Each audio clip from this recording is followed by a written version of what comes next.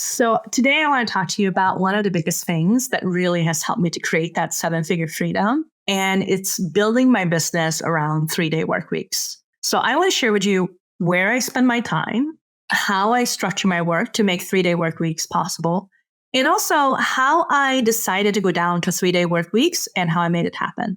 Because one thing that I've noticed is that us visionaries, we need lots of spaciousness to create the vision and keep really feeling inspired about what we want to create next. All the doing, the hustle, the grind really drains us.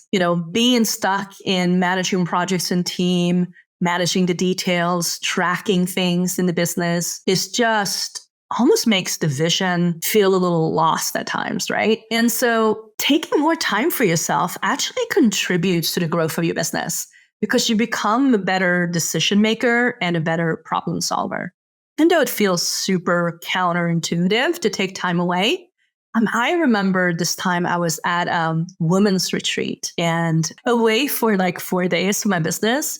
And I remember the very first night, I almost had a complete meltdown with one of the leaders because I felt like I just had to get back home and keep working because there was so much work that needed to get done and I just couldn't be there anymore. And she kind of talked me off the ledge and I ended up staying and I had the most amazing time and nothing broke in my business. But at the moment when I was there, it felt like almost life and death, right? So there's moments where we just get so caught up in managing the day-to-day of the business that we kind of lose sight of where we are going or the bigger picture. And I first started noticing this a lot when I took vacations and I would be sitting with my feet in the sand, hanging out with my guy and having a really good time and, feeling relaxed. And all of a sudden I would have these big downloads solving some of the biggest problems in my business. Things that I have been beating my head against the wall for the last 3 to 6 months.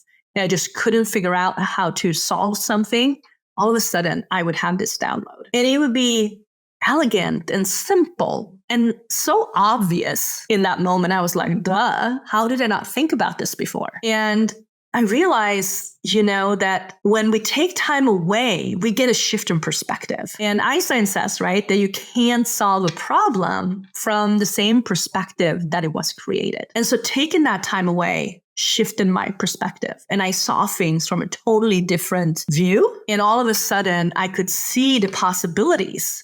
Because so often when we get stuck in the doing, there are no possibilities. We're like in the dead end street, right? Like we're just in a cul-de-sac going around the circles. We don't really know how to get out of there. But when we take those moments and start unplugging from the hustle, things really shift. And so that was really powerful for me to start seeing. And that's really what got me starting thinking about it. And for any of you who are watching this video and you are going like, oh my God, that must be nice for you. 3-day work week. Okay. And there's no way in hell that you can see yourself being able to take any time away. Maybe you, like me, when I was at that women's retreat, just feeling almost like in a panic when you took time away because there's just so much work getting piled up when you're not there doing it. And you worry about the things that are going to go sideways and the message you're going to have to clean up when you get back. Totally get it. Like I said, I've been there. And the reality is that when we start shifting our perspective, there's more possibilities that opens up for us. And so what really has helped me make it happen is structure. Again, so counterintuitive,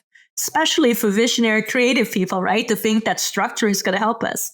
But in my world, structure really equals freedom. And so there was a way of really helping me to get out of not constantly having to make the decision of what to do next, or if I needed to be in the office, like that constant decision making, putting me in that decision making process where I had to make a choice. I would oftentimes just override my need for relaxation and go right into work mode. So structure really helped me to unplug in the beginning. So I started it all very gradually, okay? The very first thing was like, I just started noticing that when I stepped away, I had these big downloads. So the first thing I did was to start taking long weekend trips 4 or 6 times per year. I just tried to pile it in. We would take 4 or 5 days off every time and just really unplug. Try to be completely unplugged. So, this is where we spent a lot of time in New Orleans. We went to New York City, Maui a lot, Big Sur, We went to tons of music festivals, which is one of my favorite ways to just be in the flow. Telluride, Blues and Brews, Telluride skiing, just kind of fun little weekend longer trips. So, and then my guy, he started working 4 days. So he was working 4 days, 10-hour days. He was starting to take Fridays off every single week. So when I saw that and knowing that I'm an entrepreneur, my schedule is kind of flexible, I decided to take Fridays off so that we would have 3 days off together every single weekend. And I just blocked off Fridays from my calendar. So nobody could book any times with me on Fridays. And here's the key thing. So that's the key thing about the structure, right? Is to put in that, making my calendar be the boundary. So I don't constantly have to hold that boundary. And so that made it a little bit easier to make that transition. Then the next year, his schedule shifted.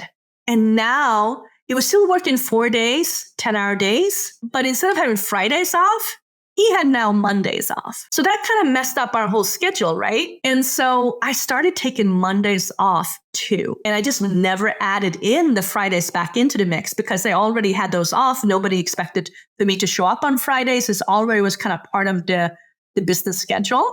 And so I just did the same thing to my Mondays. I just blocked it off my calendar, cleaned up all my appointments, and just left the Tuesday, Thursdays, and Wednesdays for appointments times. So that's how it all started. And I started to run my business in 3-day work weeks.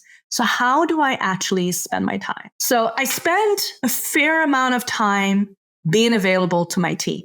I actually don't spend that much time with my team. We do a 30-minute team meeting every week, and we do a 30-minute team training. Well, usually I share some big picture views, our vision, where we're going, bigger picture pieces and structure that we're putting in place, training on different things that I feel like mostly is mindset pieces, bigger perspective, shifting perspective for them, supporting them how to see and be more efficient at their work. So bigger picture pieces. And then we run our team meeting, which is a lot around product management and task management and getting stuff done and knowing where all the pieces are. So that's primarily the time I spent with my team. And then I do answer questions on Slack. I jump on meetings now and again if I need to. So maybe overall, I may spend maybe 3 hours a week just supporting my team and being there for them, answering questions, jumping on quick meetings, making sure projects are working, approving things, those kind of things, right? And then, of course, I have my client calls. I scaled a one-on-one business. I know it's weird. Most people say you cannot scale one-on-one businesses, but I did. And so I do a lot of one-on-one work with clients. We just about to launch a group program in 2024. So that's going to be super excited. But we've been running one-on-one sessions. So I do my project sessions and my strategy sessions with my clients, usually on Tuesdays and Thursdays. I usually see my clients once a month. And if there's something in particular, once every other week now and again. But so it's fairly easygoing. It's a fairly easy schedule. Even on those Tuesdays and Thursdays, maybe I have anything between 3 to maybe 6 sessions in a day at the most. Pretty nice and light. So special projects, as a visionary, right? We create a lot of new ideas, new things, visions. So projects is the moment where I really take the ideas that I have, my brilliant ideas, and start implementing them. Projects, I sometimes work with my team. I'm the visionary, so I like to use my project time to download my ideas into my team, and then my team implements them. So we have a whole process called from idea to implementation that we utilize in my business, where I can kind of just brain dump my ideas onto my team. They build out a project plan. We'll review it together. I give them some feedback. They fine tune it, and then they build it out in ClickUp, which is our project management tool. They assign the team members, they set the timelines, and then they oversee the delivery and the implementation of that project.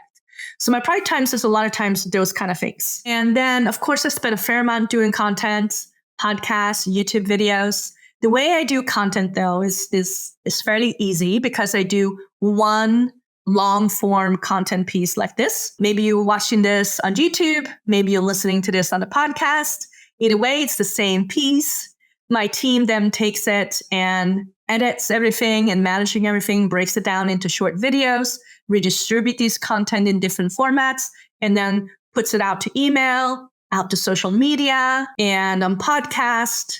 And it's like just flows really easily. But all I have to do is create and produce one long form piece of content per week. And then I do some sales calls. So we are, playing around with selling a little bit in the DMs, and that has been a lot of fun. Oftentimes I record quick little videos to answer questions for sales process, or I just jump on a quick sales call. I happen to like sales calls. I think they're really fun because it allows me to have a deep dive with somebody and really understand their business and really support somebody and seeing what's next for them. I'm one of those people that when I get on a sales call, I'm not trying to convince somebody to work with me because I know that they are the ones that know what they need. And so for me, my job is just to help them clarify what the next step is for them. And so I just come in there with that purpose of really being of service and wanting them to get to clear yes or clear no, whatever that might be. But that's pretty much it.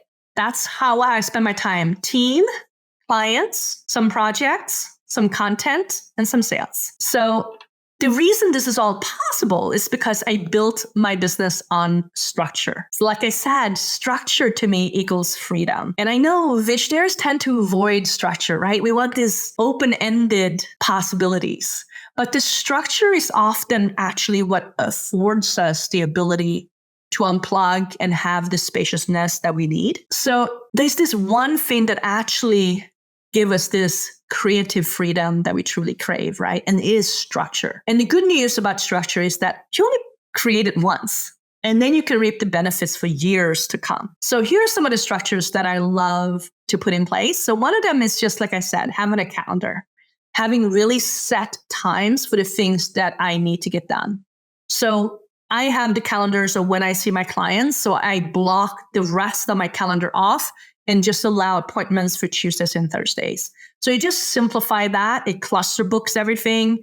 I could go from call to call to call. It keeps me also in that coaching mode, right? Like I'm in that mode the whole time. I'm not jumping around from doing something really detailed and then all of a sudden being in front of a client and then jumping over to a team meeting. Like I'm pretty set.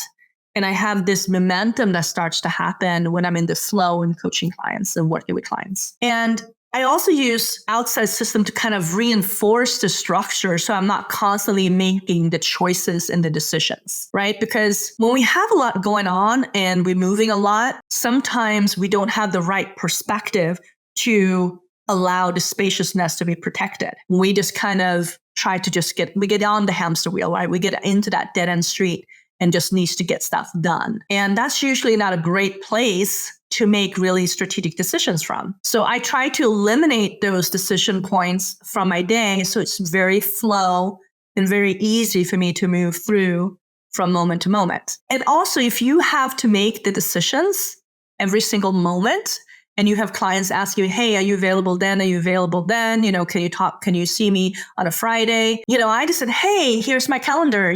Why don't you find a time on there? I'm pretty booked. Check it out, see what you can find. And it allows me to kind of not feel like a deer in the headlight, feeling like I have to respond in that moment. And I found myself, when I put myself in that position where I have to get responses, I would oftentimes feel guilty, right, for taking the extra time off.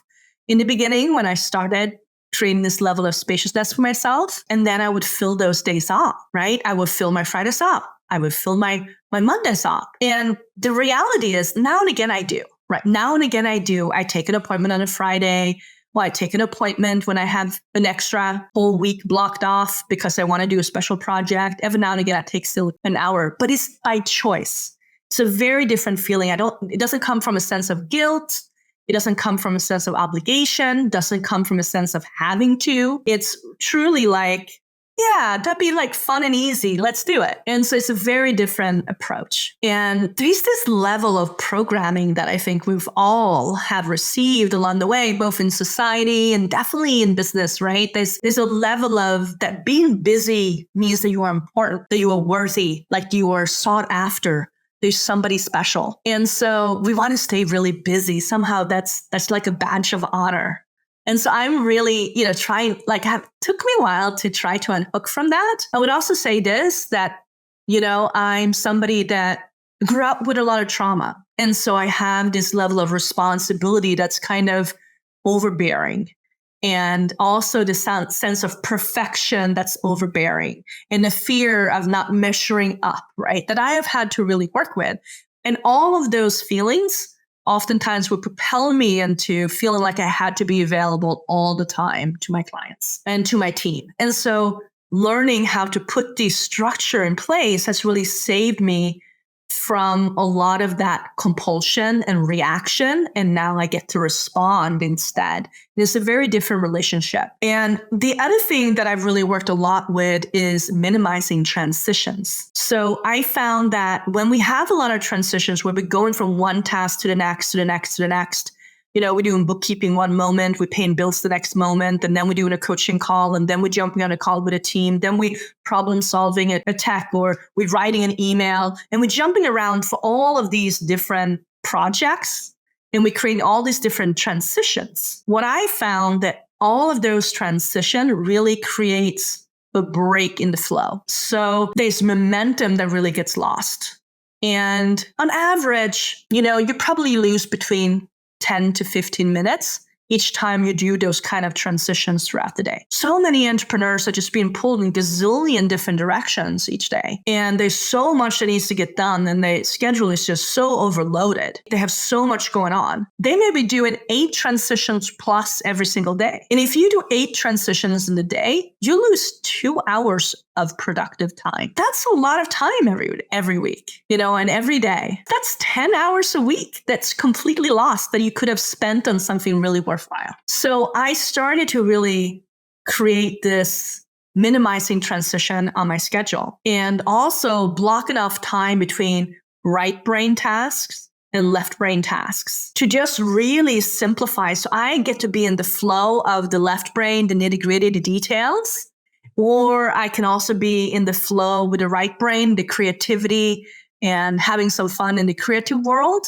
And I create momentum in those stages so that I really can be much more in flow and in grace as I'm working my day. So I have this thing, right, that I say all the time, that simplify before you multiply, or you end up multiplying chaos. So that's the thing that a lot of entrepreneurs do when we are scaling. We just start trying to just multiply the chaos, right? Everything is kind of hard to do, juggling everything. It's really stressful. And then you try to pile more on top of it, right? It's totally insane when I put it that way, right? You can see the insanity, but in the moment, it's like the only thing we know how.